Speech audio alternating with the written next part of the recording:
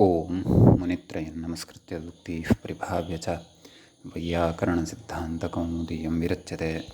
श्रौत्रार्हन्ति च निरून्निर्महर्षिभिर्हरिवन्तोष्टूयमानोऽप्यगुणो विभुर्विजयतेतरां पूर्वार्धे कथितास्तुर्यपञ्चमाध्यायवर्तिनः प्रत्यया अथ कथ्यन्ते तृतीयाध्यायगोचराः। नमः सर्वेभ्यः श्रोतृभ्यः। अस्माभिः गतपाठे यद्यत् पठितं तद् एकवारं स्मरामः। वयं वैयाकरणसिद्धान्तकौमुदी इत्याख्यस्य ग्रन्थस्य वैदिकीं प्रक्रियां पठन्तः स्मः। अस्य वैदिकी प्रक्रिया इत्याख्यस्य प्रकरणस्य चतुर्थोऽध्यायः अस्माकं क्रमे सम्पन्नतां गतः। अस्य अन्तिमः चतुर्थश्च पाठः अस्माकं क्रमे सम्पन्नतां गतः। अत्र सर्वादौ सूत्रं पठितं मये च। सोमशब्दाद् यः स्यात् मयडर्थे, य इति प्रत्ययः भवति मयडर्थे। सौम्यं मधु सोममयम् इत्यर्थः इति उदाहरणं साधितं। ततः मधोः इति सूत्रं पठितं।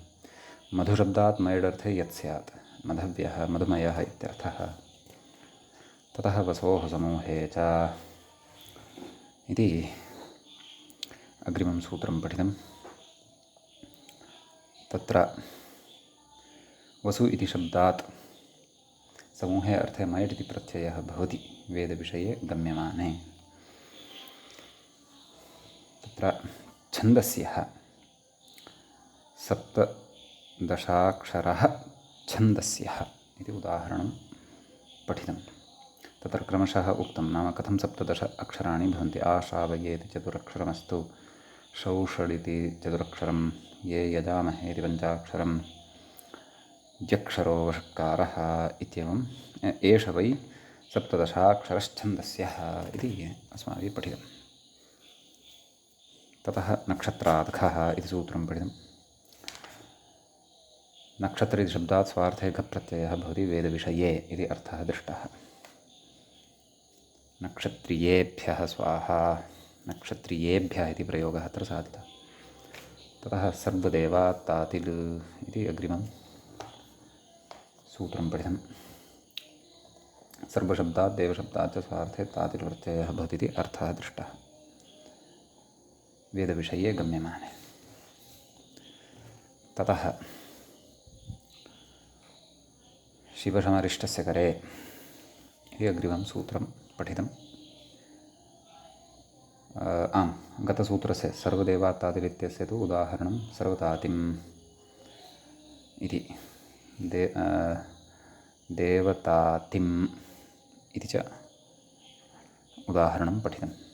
शिवशमरिष्टस्य करे इत्यस्य अर्थः पठितः। द्वितीयासमर्थात् शिव शम् अरिष्ट इति प्रातिपदिकात्।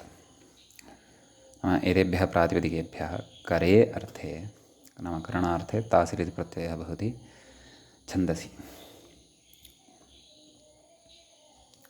ततः प्रकृते शिवं करोति इति शिवतातिः। ततः शन्ताति अरिष्टताति अरिष्टतातये इति चतुर्थ्यन्तम्। इमानि रूपाणि साधितानि। ततः अन्तिमं सूत्रं भावे च इति पठितं। शिवादिभ्यः भावे तातिः स्यात् छन्दसि। शिवस्य भावः शिवतातिः, शन्तातिः, अरिष्टतातिः इति इमानि उदाहरणानि अस्माभिः अत्र साधितानि। एवं किल। एवञ्च अयं चतुर्थः पाठः चतुर्थस्य अध्यायस्य अस्माकं क्रमे वैदिकप्रक्रियायाः सम्पन्नः अभूत्। गतपाठस्य अन्ते व्याख्यायाः पङ्क्तयः इत्थमासन्। नक्षत्रात् स्वार्थ इति समूह इति नानुवर्तते, तेन अनिर्दिष्टार्थत्वात् स्वार्थे प्रत्यय उत्पद्यते इत्यर्थः। सर्वदेवात् देवशब्दात् तातिल् स्यात्।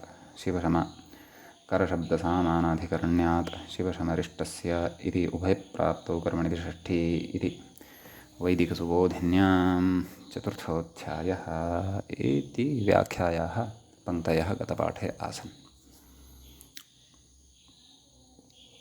इति एतावान् विशेषः गते पाठे प्रवृत्तः। अधुना तावत् अस्माकं क्रमे वैदिकप्रक्रिया इति प्रकरणस्य पञ्चमः अध्यायः आरब्धः भवति। पञ्चमस्यापि अध्यायस्य तत्र प्रथमः पाठः विशिष्य अस्माकं क्रमे अधुना आरभ्यते। तत्र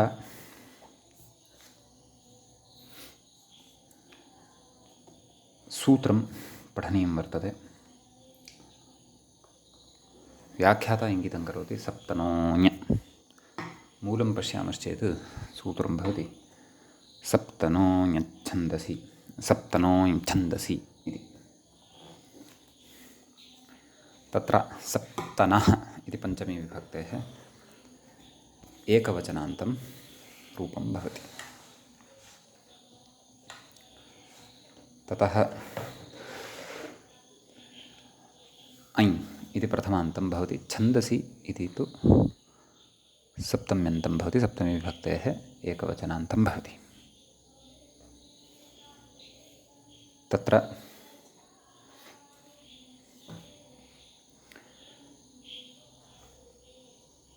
किं किम् अनुवर्तते इत्यपि अस्माभिः द्रष्टव्यमस्ति। प्रकृते तदस्य परिमाणम् इति सूत्रं यतः एकषष्टितमम् इदं सूत्रं भवति तत्रत्या अष्टाध्यायी अस्माकं पुरतः भवेत् अथवा मनसि भवेत्। पञ्चदशतौ वर्गे वा इत्यस्मात् वर्गे इत्यनुवर्तते। ज्ञाप्रातिपदिकात् प्रत्ययः परश्चात् एते च अधिकाराः अत्र लभ्यन्ते। ततः कः सूत्रार्थः? व्याख्याता कथयति सप्तनशब्दात् ऐ स्यात् छन्दसि। एवं खलु मूले उक्तं तदस्य परिमाणम् इति वर्ग इति च। पञ्चदशतौ वर्गे वा इत्यतः वर्गे इत्यनुवर्तते। अतः तत्र छन्दसि विषये गम्यमाने वर्गार्थे अभिधेये अपि च तदस्य परिमाणं तत् अस्य परिमाणम् इति अर्थे च अभिधेये सप्तन इति शब्दात् ऐ इति प्रत्ययः भवति। तत्र सप्तसाप्तानि असृजतु इति व्याख्याता कथयति साप्तानि इति सप्तन शब्दात् ऐ सप्तन अयः अवशिष्यते। नस्तद्धिते इति लोपे सप्त आदिवृद्धिरपि भवति खलु। साप्त तद्धितान्तत्वात् प्रातिपदिकसंज्ञायां जश्शसोः शिः नपुंसकस्य झलचः इति नुम् उपधः दीर्घः सर्वाम् अपि प्रक्रियां स्मारितवान्। साप्तानि फलं फले फलानि इति यथा फलानि इति बहुवचने भवति खलु विभक्तिकार्यं तद्वद् विभक्तिकार्यं व्याख्याता अत्र स्मारितवान्। अतः प्रकृते साप्तानि इति प्रयोगः भवति। सम्यक् इति अत्र विशेषः भवति। साप्तान्यसृजत् सप्तसङ्ख्याकानि इमानि साप्तानि सन्ति तानि असृजति इति भावः। साप्तानि इत्यस्य च अर्थः दृष्टः एव। सप्तानां वर्गः सप्तपरिमाणम् येषां वर्गाणाम् इति परिमाणार्थे तादृशः अर्थः द्रष्टव्यः भवति। अग्रे पश्यामः। अग्रे सूत्रं वर्तते, नैव वार्तिकं वर्तते। षण्शतोः मूले पश्यामश्चेत् षण्शतोर्डिनिश्छन्दसि तदस्य परिमाणमित्यर्थे वाच्यः इत्यस्ति। अर्थः मन्ये अहं स्पष्टः एव अस्ति इति। तत्र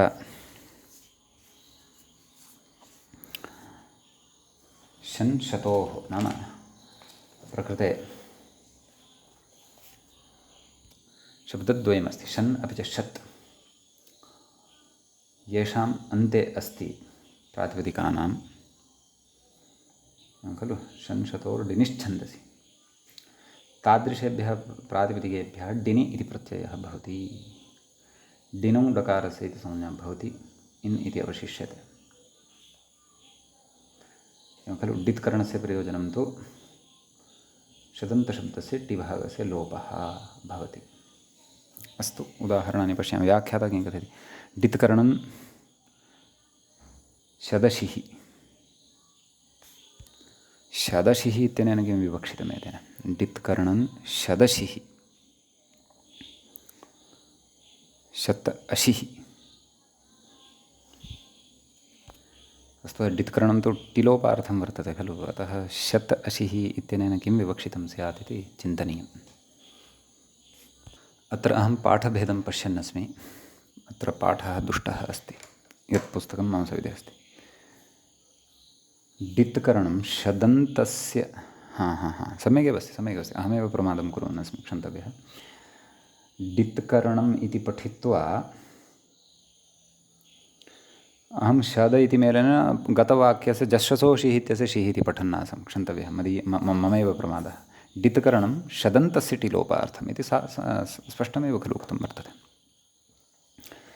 अतः शदन्तस्य टिलोपः यथा भवतु तदर्थं डित्करणं कृतम्। अस्तु, तस्य लक्ष्ये ज्ञानं भविष्यति। पञ्चदशिन इति तत्र विग्रहं कथयति। पञ्चदशाहानि परिमाणम् येषामिति डिनिः। सम्यक्,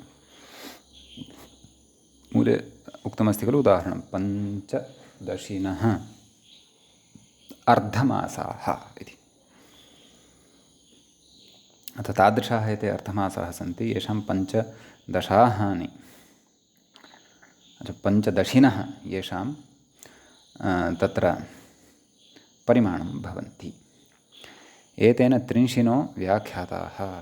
अस्तु, तर्हि प्रकृते तदेव पञ्चदशन् इति शब्दः भवति नकारान्तः। षण्शतोर्डिनिश्छन्दसि तस्य परिमाणम् इत्यर्थे वाच्यः इति वार्तिकेन तत्र पञ्चदशन् ये तस्मात् शब्दात् डिनि प्रत्ययः तस्य इन् अवशिष्यते। टेः इत्यनेन अन् इत्यस्य लोपः भवति। पञ्चदश इन्, पञ्चदशिन्, पञ्चदशी, पञ्चदशिनौ, पञ्चदशिनः इत्येवं प्रकृते प्रयोगाः भवन्ति। एतेन त्रिंशिनो व्याख्याताः इत्युक्तम्। अग्रिमम् उदाहरणमस्ति खलु, त्रिंशिनः मासाः। अत्रापि 30 दिनानि परिमाणम् येषां वार्तिकेन डिनि प्रत्ययः भवति। 30 इन् टिभागस्य लोपः। त्रिंशि इन्, त्रिंशिन्, त्रिंशि, त्रिंशिनौ, त्रिंशिनः इत्येवं प्रकृते तत्र विग्रह उदाहरणं भवति। अग्रे किमस्ति? त्रिंशिनो मासाः इति उक्त्वा अग्रे वार्तिकमेकम् अस्ति। विंशतेश्चेति वाच्यम् इत्यस्ति। तत्र तदस्य परिमाणम् इत्येतस्मिन् अर्थे 20 इति शब्दादपि डिनि प्रत्ययः वक्तव्यः। समीचीनम्। तत्र डित्करणस्य प्रयोजनं तु प्रकृते तिविंशतेर्डिति इत्यनेन ति इत्येतस्य लोपः भवति। एवं खलु? तर्हि विंशिनोऽङ्गिरसः इति उदाहरणमस्ति। व्याख्याता कथयति विंशिनोऽङ्गिरस इति 20 परिमाणं येषामिति विग्रहे डिनि कृते। 20 डिनि, 20 इन्, तिविंशतेर्डिति तिशब्दलोपे कृते यस्येति लोपः। अतः 20 इन् अकारलोपः, विंश इन्, विंशिन् विभक्तिकार्ये कृते विंशी विंशिनौ विंशिनः शौच इत्यादिकम् एवं रूपाणि भवन्ति। व्याख्याता वदति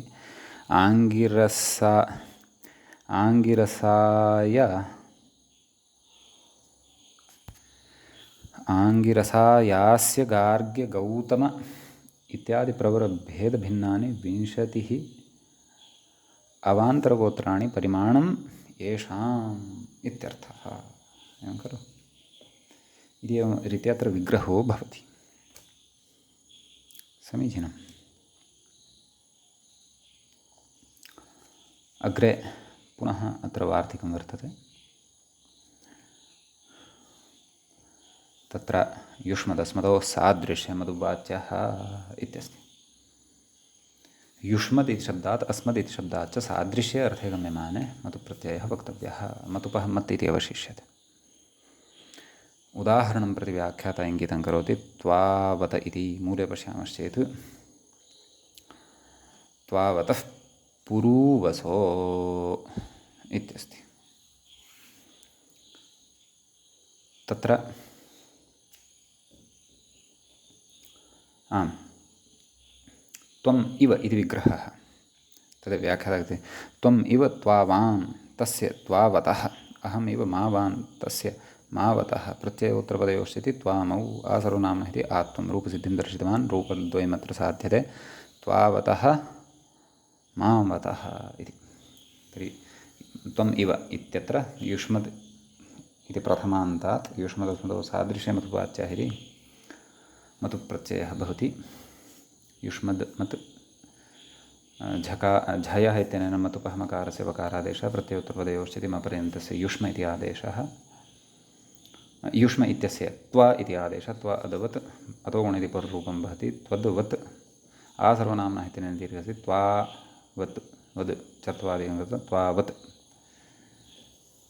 इति शब्दः सिद्धः भवति। पुल्लिङ्गे विभक्तिकार्ये कृते नाम ऊर्जां सर्वनामस्थाने इत्यनेन नुमागमः अत्वसन्तस्य च धातोः इत्यनेन दीर्घः हल्ङ्यादिलोपः संयोगान्तस्य लोपः इत्यनेन तकारस्य लोपः त्वावान् इति रूपं तत्र सिद्धं भवति। त्वावतः एवं खलु। षष्ठीविभक्तेः एकवचने किं त्वावतः यत् अत्र साधनीयं वर्तते यत् मूले अस्ति। न त्वावाम् अन्यः एवं खलु। त्वावाम् इति अस्ति द्वितीयं रूपम्। अत्र एतत् प्रथमाविभक्तेः एकवचनान्तमस्ति। त्वावान् नकारस्य अत्र अनुस्वारः अस्ति, अनुनासिकः वर्तते आतोटिनित्यमित्यनेन सूत्रेण। यज्ञं विप्रस्य मावतः इति अग्रिमम् अस्ति उदाहरणं। मावतः अहमिव इति विग्रहः अस्मत्सु युष्मदस्मदोः सादृश्यमदुवाच्यतेन मतुप् अस्मद् मत् झयः इत्यनेन सूत्रेण मतुपः मकारस्य वकारः प्रत्ययोत्तरपदयोश्च इत्यनेन मपर्यन्तस्य अस्म इत्यस्य मा इति आदेशः अतोगुण इति पररूपम् आसर्वनाम्नः इत्यनेन दकारस्य आकारः सवर्णदीर्घः मावत् इति शब्दः भवति। पुल्लिङ्गे प्रथमाविभक्तेः एकवचने विभक्तिकार्ये कृते मावान् इति रूपम् अत्र सिद्धं भवति। सम्यक्। ततः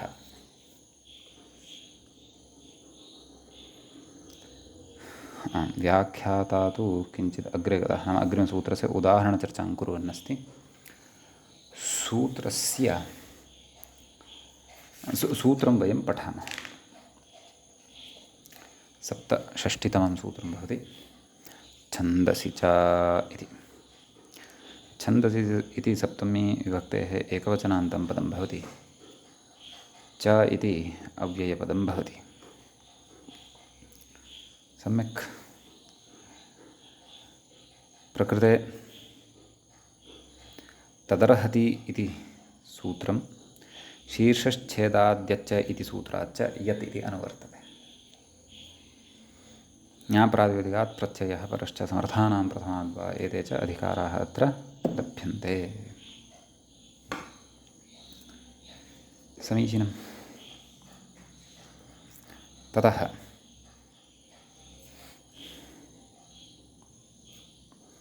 उदाहरणम् अत्र द्रष्टव्यं वर्तते। सूत्रस्य अर्थः मूले कथयति प्रातिपदिकमात्रा तदर्हति इति यत् नाम तदर्हति इत्येतस्मिन् अर्थे यत् इति प्रत्ययः भवति छन्दो विषये गम्यमाने नाम वेदविषये गम्यमाने। एवं खलु। सादन्यं विदथ्यं सादन्यम् इति प्रयोगः साध्यते। सदनम् अर्थात् गृहं व्याख्याता कथयति सदनं गृहमर्हति इति सादन्यः अन्येषामपि दीर्घः। एवं खलु। अतः सदन य एवं खलु। अन्येषामपि दृश्यते इत्यनेन सकारोत्तरवर्ती यः अकारः अस्ति तस्य दीर्घः भवति सादन्य। यस्येति चैत्यादिकं तु यथा सर्वत्र प्रवर्तते तद्वत् तत्रापि प्रवृत्तिम् अर्हत्येव। अत एव नकारात् परतः विद्यमानः अकारः लुप्यते। सम्यक्। ततः विदथ्यम् इति विदथो यज्ञः तम् अर्हति इत्यर्थः। उदाहरणद्वयमस्ति। विदथ्यम् इत्यपि अत्र भवत्येव उदाहरणं। तर्हि विदत्थः विदत्थ इति शब्दात् प्रकृते अयं यत् प्रत्ययः भवति। विदत्थ य केन छन्दस्य इत्यनेन यस्य च इत्यनेन अकारलोपः विदथ्य इति प्रयोगः अत्र सिद्धः भवति। सम्यक् विभक्तिकार्ये कृते सति विदथ्यम् इति जायते।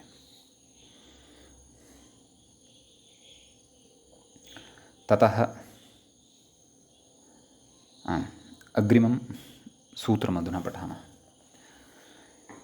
मूले सूत्रं दृश्यते वत्सरान्तात् छन्दसि। वत्सरान्तात् इति पञ्चमी विभक्तेः एकवचनान्तं भवति। छः इति प्रथमान्तं प्रथमाविभक्तेः एकवचनान्तं भवति। छन्दसि इति सप्तमी विभक्तेः एकवचनं भवति। एकनवतितमम् इदं भवति सूत्रं। प्रकृतसूत्रं प्रति तेन निर्वृत्तं तमधिष्टो वृतो भूतो भावी इत्यादीनां पदानाम् अनुवर्तनं भवति। ज्ञाप्रातिपदिकात् प्रत्ययः परश्च एते च अधिकाराः अत्र लभ्यन्ते। सूत्रे वत्सरान्तात् इति पदस्य विग्रहः द्रष्टव्यः। वत्सर अन्ते यस्य सः वत्सरान्तः तस्मात् वत्सरान्तात्। छः इति द्वितीयं पदं प्रथमान्तं भवति। छन्दसि इति सप्तम्यन्तं भवति। सप्तमी विभक्तेः एकवचनान्तं भवति। एवं किल।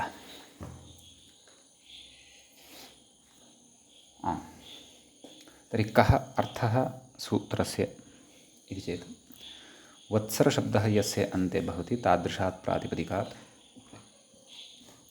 निर्वृत्ते अधीष्टे भृते भूते भाविनि च अर्थे छ इति प्रत्ययः भवति छन्दसि वेदविषये। तदेव कथयति मूले कथयति निर्वृत्तादिष्वर्थेषु इति। एते अर्थाः तद्धितेषु सुष्ठुतया अस्माभिः पठिताः। इद्वत्सरीयः इति उदाह्रियते। एवं खलु। तत्र इद्वत्सर इति शब्दः यः वर्तते सः वत्सरान्तः शब्दः वर्तते। इद्वत्सरेण निर्वृत्तः इद्वत्सरम् अधीष्टो भृतो भूतो भावी इत्यादि विग्रहे सति तत्र वत्सरान्ताश्च इति सूत्रेण छ प्रत्ययः भवति। तस्य स्थाने इ आदेशः भवति। इद्वत्सर इय नाम छ स्थाने इ आदेशः आयने ईनि इत्यनेन यस्य च इत्यनेन अकारलोपः इद्वत्सर् इय इद्वत्सरीय विभक्तिकार्ये कृते सति इद्वत्सरीयः इति सिद्ध्यति। व्याख्याता कथयति इद्वत्सरेण निर्वृत्तः इद्वत्सरम् अधीष्टो भृतो भूतो भावी वा इद्वत्सरीयः। इद्वत्सरेत् इद्वत्सरेदावत्सरेत् इद्वत्सरेदावत्सर शब्दौ इद्वत्सर इदावत्सर शब्दौ पञ्चवर्षे युगे द्वयोर्वर्षयोः संज्ञे एवं संवत्सर परिवत्सर शब्दावपि शब्दानाम् अर्थविशेषाः उच्यमानाः सन्ति खलु इति अयं विशेषः अस्मिन् सूत्रे भवति। अग्रिमं सूत्रं पश्यामः। अग्रे मूले व्याख्यायां च सूत्रं दृश्यते। व्याख्यायां तु इङ्गितं कृतं सम्परिपूर्वात्। मूलं पश्यामश्चेत् सम्परिपूर्वात् खच इत्यस्ति। सम्परिपूर्वात् इति पञ्चमी विभक्तेः एकवचनान्तं वर्तते। ख इति लुप्तप्रथमाकं पदं भवति, च इति अव्ययपदं भवति। साक्षात् अव्यवहितम् अग्रिममेव सूत्रं भवति। वत्सरान्ताश्छन्दसि इति सूत्रं समग्रमनुवर्तते। तेन निर्वृत्तं तमधिष्ठो भृतो भूतो भावी ज्ञाप्रादिव्यात् प्रत्ययः परश्च एते च अधिकाराः अत्र सम्बध्यन्ते। तत्र व्याख्याता सूत्रार्थं कथयति। किमिति चेत् सम्परिपूर्वात् वत्सरान्तात् प्रातिपदिकात् एवं खलु। वत्सरान्तं प्रातिपदिकमपेक्षितं कीदृशमपेक्षितं तस्य पूर्वं सम् इति भवेत् अथवा परि इति भवेत्। नाम सम्पूर्वकः परिपूर्वकः च वत्सरशब्दः अन्ते भवति यस्य शब्दस्य। कथयति अग्रे छन्दसि विषये निवृत्तादिषु अर्थेषु खः स्यात् चाच्छः। ख इति प्रत्ययः भवति, चकाराच्छ प्रत्ययः अपि भवति। तदेव मूले च उक्तं चाच्छः। संवत्सरीणः संवत्सरीयः इति उदाहरणद्वयमत्र साध्यते। संवत्सरीणः सम्यक्। कथं विग्रहः? संवत्सरेण निर्वृत्तः संवत्सरम् अधीष्टो भृतो भूतो भावी एवं विग्रहाः भवन्ति। सम्परिपूर्वात् खच इत्यनेन सूत्रेण खप् प्रत्ययपक्षे तस्य ईनादेशः भवति। भत्वात् अकारलोपादिकं कृत्वा अणत्वं भवति संवत्सरीणः। छप् प्रत्ययपक्षे तु ई आदेशः भवति संवत्सरीयः इति सिद्ध्यति। परिपूर्वकात् परिवत्सरीणः, परिवत्सरीयः। परिवत्सरशब्दात् खप् प्रत्ययपक्षे परिवत्सरीणः ईनादेशः भवति णत्वं च। परिवत्सरीयः इति छप् प्रत्ययपक्षे ई आदेशे च सति परिवत्सरीयः इति भवति। अयमत्र विशेषः। अग्रिमं सूत्रं पश्यामः। छन्दसि घसु इत्यस्ति। छन्दसि इति सप्तम्यन्तं सप्तमी विभक्तेः एकवचनान्तं भवति। घस् इति प्रथमान्तं प्रथमाविभक्तेः एकवचनान्तं भवति। तत्र प्रकृतसूत्रं प्रति व्याख्याता कथयति समयस्तदस्य प्राप्तम् इत्यतस्तदस्य प्राप्तम् इति ऋतोर्ण इत्यतः ऋतोः इति चानुवर्तते। ज्ञाप्रातिपदिकात् प्रत्ययः परश्च एतच्च सर्वमपि अत्र अनुवर्तते एव। तदाह ऋतुशब्दादित्यादि सूत्रार्थः द्रष्टव्यः। ऋतुशब्दात् तस्य प्राप्तम् इत्यर्थे घस् इति प्रत्ययः भवति वेदे इति च शेषः। सम्यक्। तत्र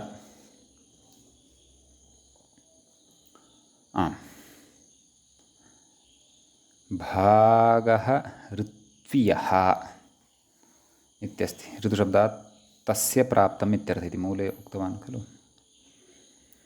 ऋत्वियः तर्हि प्रकृते ऋतुः प्राप्तः अस्य इति विग्रहे ऋतुशब्दात् छन्दसि घस् इत्यनेन घस् प्रत्ययः ऋतु घस् घ इत्यस्य इय अवशिष्यते ऋतु इय। सिति च इत्यनेन सूत्रेण ऋतु इत्यस्य पदसंज्ञा भवति। व्याख्याता कथयति सिति च इति पदत्वेन भत्वे निरस्ते भत्वन्न भवति। ओर्गुणः इति गुणाभावे यण गुणः न भवति इति कृत्वा यण एव भवति। ऋतु य पुनः यणि सति ऋत्विय इति अत्र सिद्धं भवति। सम्यक् इति एतावानेव विशेषः अत्र वर्तते। अग्रिमं सूत्रं पश्यामः। सूत्रम् अग्रिमं सूत्रं प्रति व्याख्याता इङ्गितं करोति उपसर्गात्। मूले पश्यामश्चेत् उपसर्गात् छन्दधात्वर्थे अष्टादशोत्तरशततमं सूत्रं भवति। उपसर्गात् इति पञ्चम्यन्तं भवति, पञ्चमी विभक्तेः एकवचनान्तं। छन्दसि इति सप्तम्यन्तं भवति। धात्वर्थे इति अपि इति सप्तम्यन्तं भवति। सत्यम् इत्यपि सप्तम्यन्तं भवति। धातोः अर्थः धात्वर्थः, तस्मिन् धात्वर्थे षष्ठी तत्पुरुषः भवति। प्रकृते तेन तुल्यं क्रिया चेद्वतिः इत्यतः वतिः इत्यनुवर्तते। ज्ञाप्रातिपदिकात् प्रत्ययः परश्च एते च अधिकाराः अत्र लभ्यन्ते। एवं खलु? ततः उच्यते अत्र इह धातुशब्देन धातुवाच्या क्रिया लक्ष्यते। धात्वर्थे इत्यस्ति, धात्वर्थे इति अस्ति खलु, तर्हि धातुशब्दात् धातुवाच्या अत्र क्रिया उच्यते। सम्यक् व्याख्याता कथयति सा अर्थः, सा नाम का धातुवाच्या क्रिया, सा अर्थः प्रयोजनं यस्य साधनस्य तस्मिन् वर्तमानात् इत्यर्थः। तदाह धात्वर्थविशिष्ट इति मूले सूत्रार्थः द्रष्टव्यः। धात्वर्थविशिष्टे साधने वर्तमानात् स्वार्थे वतिः स्यात् इति। धात्वर्थविशिष्टसाधनार्थे विद्यमानः यः उपसर्गः अथवा उपसर्गरूपं प्रातिपदिकं यत् तस्मात् स्वार्थे वति प्रत्ययः भवति वेदे इति अत्र अस्य अर्थः उच्यते।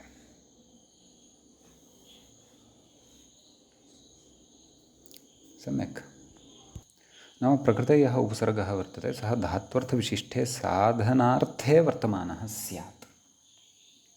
नाम धात्वर्थ अथवा क्रियाविशिष्टः धात्वर्थः यः वर्तते तं द्योतयेत सः उपसर्गः इति भावः।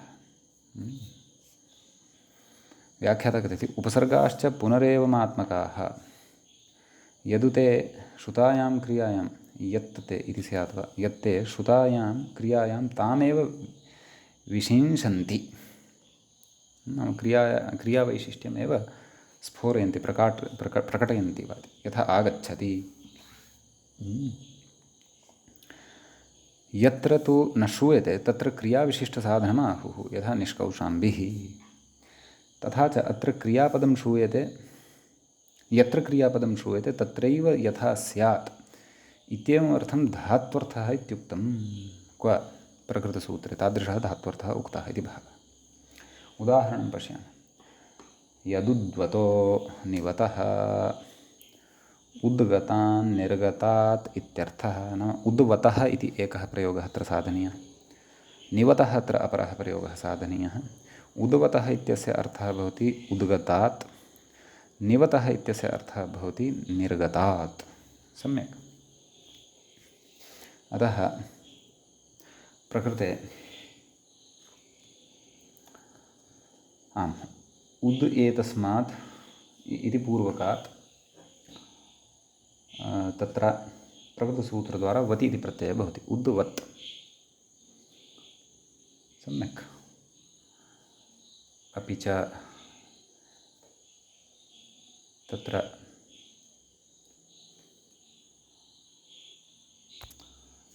निवतः उद् वति वति इत्यस्य वत् इति अवशिष्यते, नि वति तस्य वत् अवशिष्यते, उद्वत् निवत्। तर्हि प्रकृते उद्वतः निवतः इति प्रयोगः कथं? पञ्चमी विभक्तेः एकवचनमस्ति एतत् किम् उद्वतः, एवं पञ्चमी विभक्तेः एकवचनमस्ति एतत् किं निवतः। यतः अत्र मूलशब्दः उद्वत् निवत् इति च भवति। शङ्का का नाम प्रकृते अव्ययादाप्सुपः इत्यनेन वति प्रत्ययान्तानाम् अव्ययत्वं खलु भवति। अतः अव्ययत्वात् प्रकृते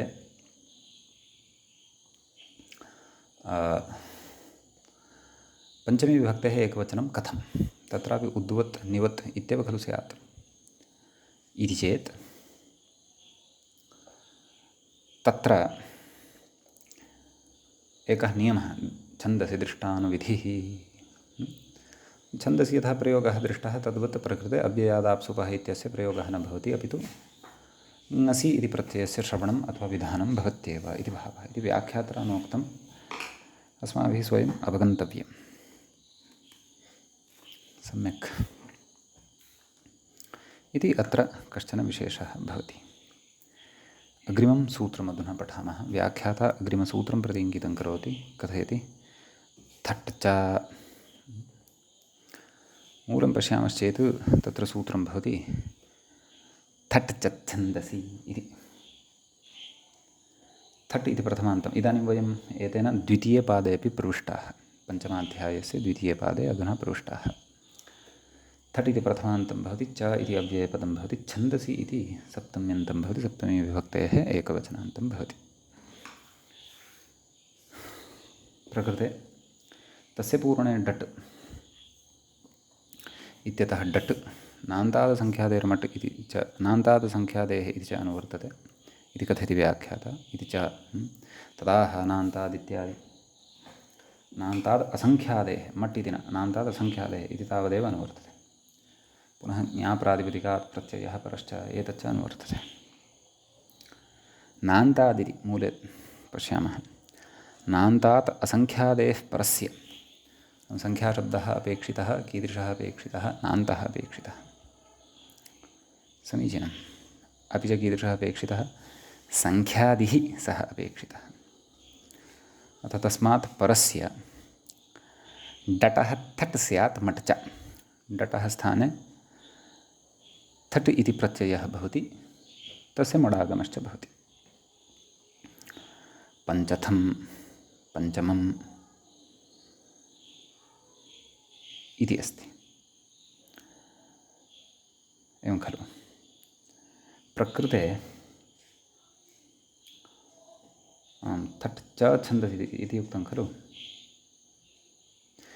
अतः चकारात् मट् प्रत्ययः अपि अत्र ग्राह्यः। नान्तादसङ्ख्यादेर्मट् इति शुद्धः मट् अपि अत्र ग्राह्यः। अतः द्विविधं रूपं भवति खलु, किं पञ्चथं पञ्चमम् इति। व्याख्याता कथयति पञ्चानां पूर्णमित्यर्थे डटि कृते तस्य थडागमः। पञ्चन्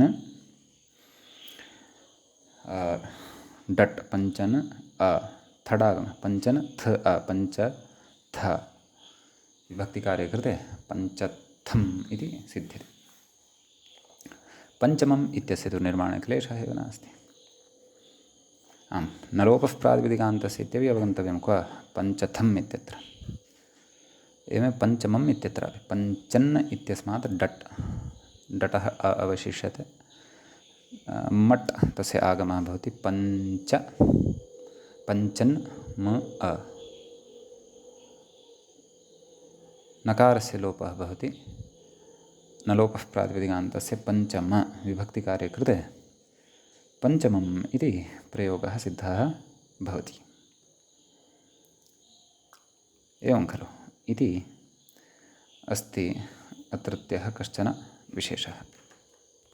अग्रे तद्धितप्रकरणे पूर्वं व्याख्यातं सूत्रं पुनः उच्यमानं वर्तते। तदिदं सूत्रम् एवं भवति। छन्दसि परिपन्थिपरिपरिणौ पर्यवस्थातरी। अस्य अर्थमपि स्मारयन्नस्ति व्याख्याता। परिपन्थिन् परिपरिन् एतौ निपात्येते नाम एतौ द्वौ शब्दौ निपात्येते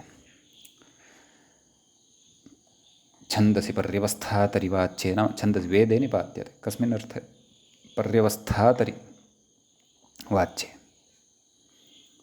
सम्यक् तर्हि अग्रे गच्छति पर्यवस्थाता प्रतिपक्षः सपत्नः इत्युच्यते प्रतिपक्षः शत्रुः निपातनञ्चात्र पर्यवस्थातृशब्दात् स्वार्थे इनि प्रत्ययः एवं खलु पर्यवस्थातृ इन् अवस्थातृशब्दस्य पन्थी परि एतौ आदेशौ च निपात्यते अतः एतत् सर्वम् अस्माभिः पूर्वं पठितम् अस्ति अतः अस्मिन् सूत्रे किमपि विस्तरेण वक्तव्यमिति नास्ति अग्रे गच्छामः अग्रे अग्रिमसूत्रं प्रति इङ्गितं करोति बहुलं मूलं पश्यामश्चेत् बहुलं छन्दसि इति भवति सूत्रं तत्र बहुलमिति प्रथमान्तं प्रथमाविभक्तेः एकवचनान्तं भवति छन्दसि इति सप्तम्यन्तं छन्दसि इति शब्दस्य सप्तमीविभक्तेः एकवचनान्तं भवति अस्मायामेधः स्रजो विनिः इत्यतः विनिः इत्यनुवर्तते इति कथयति व्याख्याता अस्मायामेधः स्रजो विनिः इति वर्तते तदाह विनिः स्यात् मूले मत्वर्थे विनिः स्यात् छन्दसि अर्थात् वेदे मतुबर्थे कस्माच्चिदपि प्रातिपदिकात् विनिप्रत्ययः भवति बहुलं प्रवर्तते इति भावः सम्यक् अत्र वार्तिकम् एकं वर्तते वार्तिकं भवति एवं छन्दोविन् प्रकरणे ष्ट्रामेखलाद्वयोभयरुजा हृदयानां दीर्घश्चेति वक्तव्यम् इति सम्यक् छन्दोविन् प्रकरणे नाम वार्तिकस्य अर्थः कः सः अर्थः अवगन्तव्यः नाम छन्दस्सम्बन्धः यः विन् प्रत्ययः वर्तते अर्थात् वेदे यः विन् प्रत्ययः अथवा विनि प्रत्ययः विधीयते विन् प्रकरणे अष्ट्रा मेखला द्वय उभय रुजा हृदय एभ्यः शब्देभ्यः एव अयं विन् प्रत्ययः भवेत् उभय रुजा हृदयानां दीर्घश्चेति वक्तव्यम् अन्त्यस्य दीर्घश्च भवति इति वक्तव्यम् बहुलं छन्दसि इत्यनेन सूत्रेण सर्वेभ्यः प्रातिपदिकेभ्यः विनिप्राप्ताः परन्तु प्रकृतवार्तिकेन परिगणिताः इति शब्दाः परिमिताः एव सम्यक् इत्यस्ति तर्हि उभयाविनम् इति आदौ रूपं साधनीयं वर्तते मंहिष्ठम् उभयाविनम् इति साधनीयम् उभयम् अस्य अथवा अस्मिन् वा अस्ति इति विग्रहे उभय इति प्रथमान्तात् बहुलं छन्दसि इत्यनेन इति प्रकरणे छन्दोविन् प्रकरणे अष्ट्रामेखलाद्वयोभय रुजा हृदयानां दीर्घश्चेति वक्तव्यमिति अनेन विनिप्रत्ययः भवति उभय अपि च दीर्घोऽपि भवति उभया विन् सम्यक् विनि इत्यस्य विन् इति अवशिष्यते तद् उभयावि उभयाविनौ उभयाविनः इति एते प्रयोगाः अत्र वर्तन्ते व्याख्याता अग्रिमम् उदाहरणं प्रति इङ्गितं करोति अष्ट्रावीति मूलं पश्यामश्चेत् शुनम् अष्ट्राव्यचरत्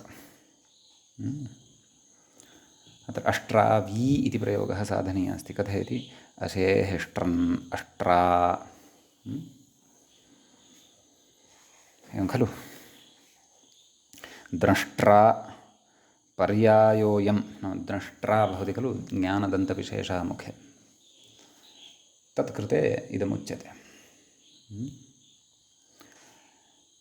ततः उच्यते मेखलावि द्वयावि उभयावि अस्तु एतत् अन्यानि इमानि उदाहरणानि सन्ति अत्र साधनीयम् अष्ट्रावी तर्हि अष्ट्रा अस्य अस्ति अस्मिन् वा अस्ति इत्यर्थे अष्ट्रा इत्येतस्मात् इत्यनेन इति शब्दात् बहुलुन् छन्दसि इत्यत्र छन्दो विन् प्रकरणे अष्ट्रा इत्यादिवार्तिकद्वारा विनि प्रत्ययः भवति। अत्र आदौ एव अष्ट्रा शब्दः दीर्घः भवति।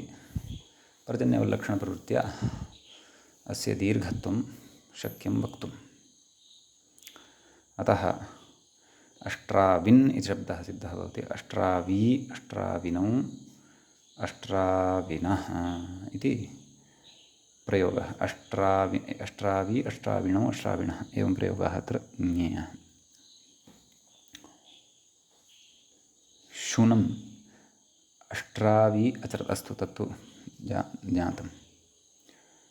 अन्यानि अपि अत्र उदाहरणानि भवन्ति। मेखलाशब्दात् मेखलावी, द्वयशब्दात् द्वयावी खलु, उभयशब्दात् उभयावी, रुजाशब्दात् रुजावी, सर्वत्र नकारान्तशब्दः अवगन्तव्यः। मेखलाविन् द्वयाविन् उभयाविन् रुजाविन्। हृदयशब्दात् हृदयाविन् इति प्रयोगः अत्र भवति।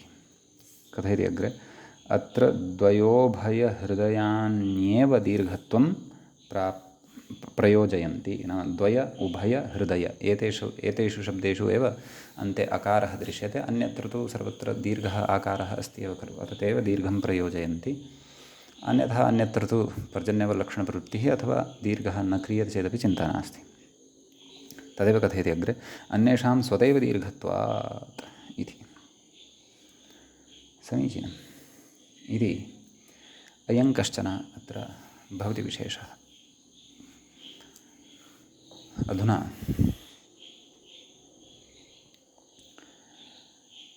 अग्रिमं नैव अग्रे वार्तिकमेव अस्ति। व्याख्याता वार्तिकं प्रति इङ्गितं करोति। छन्दसि मूलं पश्यामश्चेत् छन्दसि वनिपौ च वक्तव्यौ इत्यस्ति। तत्र छन्दसि इति सप्तमीविभक्तेः एकवचनं, ईवनिपौ इति प्रथमाविभक्तेः द्विवचनं, च इति अव्ययपदं वक्तव्यौ इति प्रथमाविभक्तेः द्विवचनान्तं भवति। तत्र छन्दोविषये गम्यमाने मतु प्रत्ययार्थे ई प्रत्ययः वनिप्रत्ययः च वक्तव्यः। ई इति एकः प्रत्ययः, वनिपः वन् इति अवशिष्यते। तत्र व्याख्याता कथयति ईश्च वनिप्च ई वनिपौ ई इति, अर्थात् उदाहरणमुच्यते इत्यर्थः। ई प्रत्ययस्य उदाहरणमुच्यते इति शेषः।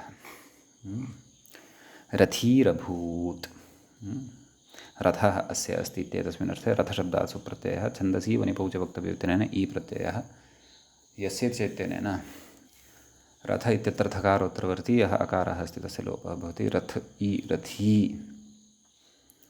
इति सिद्ध्यति। एवं खलु। ततः सुमङ्गलीरियं सुमङ्गलीरियं वधूः इत्यस्ति अपरः प्रयोगः।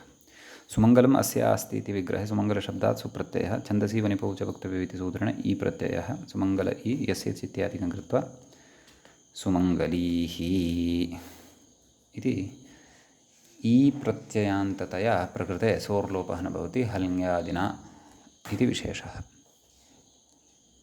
सम्यक्। अतः सुमङ्गलीः इति प्रयोगः अत्र अवगन्तव्यः। व्याख्याता कथयति सुष्ठुमङ्गलमिति सुः पूजायामिति समासः। ततः अनेन मत्वर्थीयः ईकारप्रत्ययः वनिप्रत्ययस्य मघवानमीहे मघं कथयति धनं तदस्य अस्ति इति वनिपि मघवन् मघवन् इति शब्दः सिद्धः भवति। तस्य विभक्तिकार्ये कृते प्रथमाविभक्तेः एकवचने मघवान् इति जायते। अग्रे कथयति मतुपि तु मघवच्छब्दः, मतुपि यदि भवति तत् मकारस्य वकारः भवति, तत्र मघवच्छब्दः भवति इत्यस्ति। इति एतावान् विशेषः एतद्वार्तिकगतः भवति। सम्यक्, अग्रे गच्छामः। अग्रिमसूत्रं प्रति इङ्गितं करोति व्याख्याता। कथयति तयोः इति। एवं किल मूले सूत्रं दृश्यते तयोर्दार्हिलौ च इति। तर्हि अत्र तयोः इति षष्ठीविभक्तेः द्विवचनान्तं भवति। दार्हिलौ इति प्रथमाविभक्तेः द्विवचनान्तं भवति। च इति अव्ययपदं भवति। छन्दसि इति सप्तम्यन्तं, सप्तमी विभक्तेः एकवचनान्तं भवति।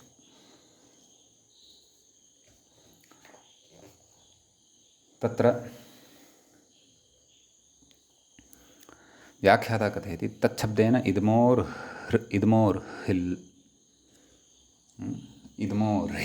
इति ह्रिल् इति प्रत्ययः अत्र अवगन्तव्यः।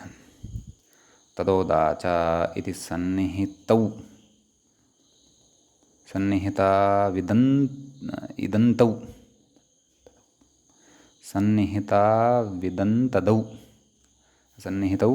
इदं तदौ नाम इदं शब्दः तच्छब्दश्च परामृश्येते। तदाह इदं तदोरिति सूत्रार्थः द्रष्टव्यः। इदं तदोः यथासङ्ख्यं स्तः कौ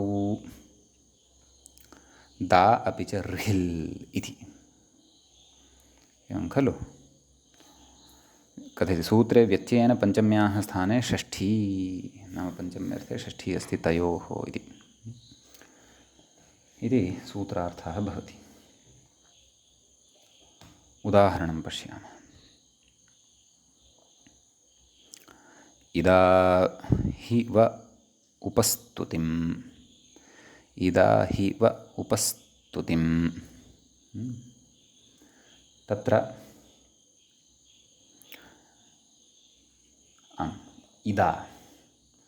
इदम् एतस्मात् शब्दात् सप्तम्यन्तात् नाम अस्मिन् काले इति विग्रहे तयोर्दार्हिलौ च छन्दसि इति सूत्रद्वारा दा इति प्रत्ययः भवति। इदम् इष् इत्यनेन इदमिति शब्दस्य स्थाने इष् इति आदेशः भवति।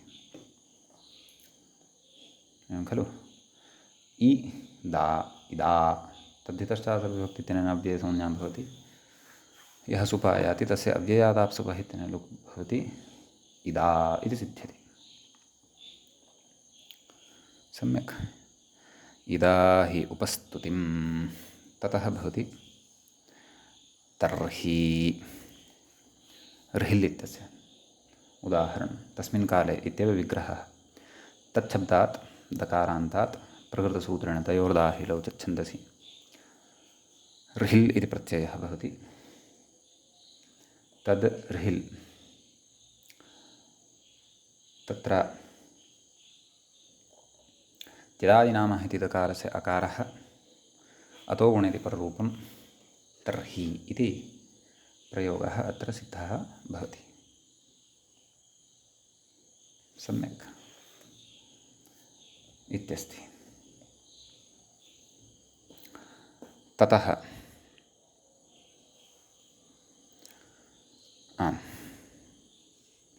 अस्मिन् सूत्रे एतावानेव विशेषः वर्तते। व्याख्यायाम् एकः विषयः त्यक्तः मया तयोर्दार्हिलौ च छन्दसि इत्येतद्विषये। किं कथयति यथासङ्ख्यं स्थ इति इदं शब्दात् दा तच्छब्दात् र्हिल् इदं शब्दात् दा इदमिष इत्यनेन इनादेशः इत्यनेनेषादेशः इष् इति आदेशः। ततः था हेतु इदानीम् अग्रिमं सूत्रमत्र आरब्धव्यं।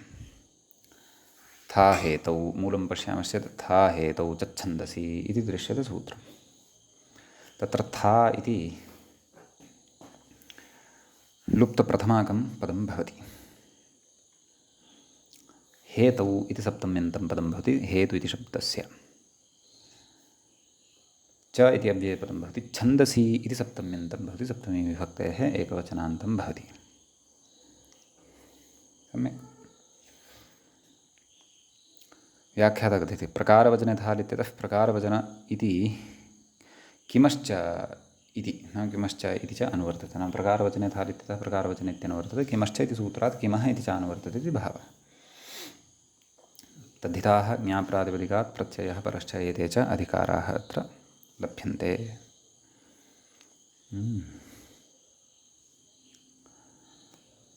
तत्र कः सूत्रार्थः इति चेत् हेतौ अर्थे गम्यमाने प्रकारवचने च अर्थे गम्यमाने किम् इति शब्दात् था इति प्रत्ययः भवति वेदे छन्दसि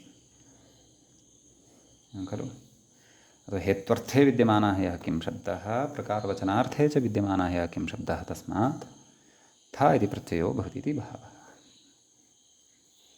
सम्यक् किमस्था स्याद्धेतौ प्रकारे च किमस्था स्यादित्यादि एवं खलु किमस्था अयं तु सूत्रार्थः किमः था स्यात् हेतुप्रकारे च अस्तु उदाहरणमस्ति कथाग्रामं न पृच्छसि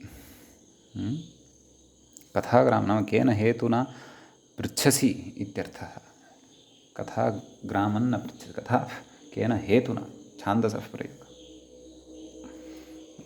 कस्मात् हेतोः ग्रामं न पृच्छन् असि त्वम् इति सम्यक् तर्हि प्रकृतं किम् इति तृतीयान्तात् था हेतुः च छन्दसि इत्यनेन था प्रत्ययः भवति किं था किमः कः इत्यनेन किं स्थाने क इति आदेशः भवति कथा अव्ययम् इदं भवति तद्धितश्च सर्वविभक्तिः इत्यादिकं कृत्वा अव्ययादाप्सुपः इति सुपः लुप् भवति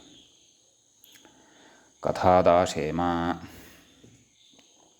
एवं खलु व्याख्याता किं कथयति पश्यामः केन हेतुना पृच्छसि इत्यत्र तस्य प्राग्दिशो विभक्तिः इत्यधिकाराद् विभक्तिसंज्ञायां किमः कः इति कादेशः प्रकारवचने उदाहरणमाह कथादाशेम तत्र रूपसिद्धिः पूर्वदेव अस्ति एवं खलु केन प्रकारेण इति लौकिकः विग्रहः भवति तदेव कथयति व्याख्याता अर्थः अपि स एव भवति केन प्रकारेण इत्यर्थः इति प्रकृते विग्रहः भवति दाशेम इति तु दाशधातोः क्रियापदं भवति एवं किल ततः अग्रिमं सूत्रम् अधुना वयं पठामः तत् सूत्रं प्रति इङ्गितं कुर्मः करोति व्याख्याता करोति इङ्गितं पश्च मूलं पश्यामः चेत् पश्चाच्चन्दसि पश्च इति लुप्तप्रथमाकं भवति पश्च इत्यपि लुप्तप्रथमाकं भवति च इति अव्ययपदं भवति छन्दसि इति सप्तमी भक्तेः एकवचनं भवति छन्दसि इति शब्दस्य अवरस्य पश्चभावः अकाराकारौ च प्रत्ययो निपात्येते इति कथयति तदेव कथयति मूले अवरस्य अस्तात्यर्थे निपातौ अवर इति शब्दात् अस्तात्यर्थे अवर इति शब्दात् अस्ताति प्रत्ययस्य अर्थे पश्च अपि च पश्चा शब्दाति न शब्दस्य स्थाने एतौ द्वौ निपातनत्वेन आदिश्येते छन्दसि विषये गम्यमाने अपि च शब्दात् प्रकृते पश्चात् शब्दः अपि निपात्यते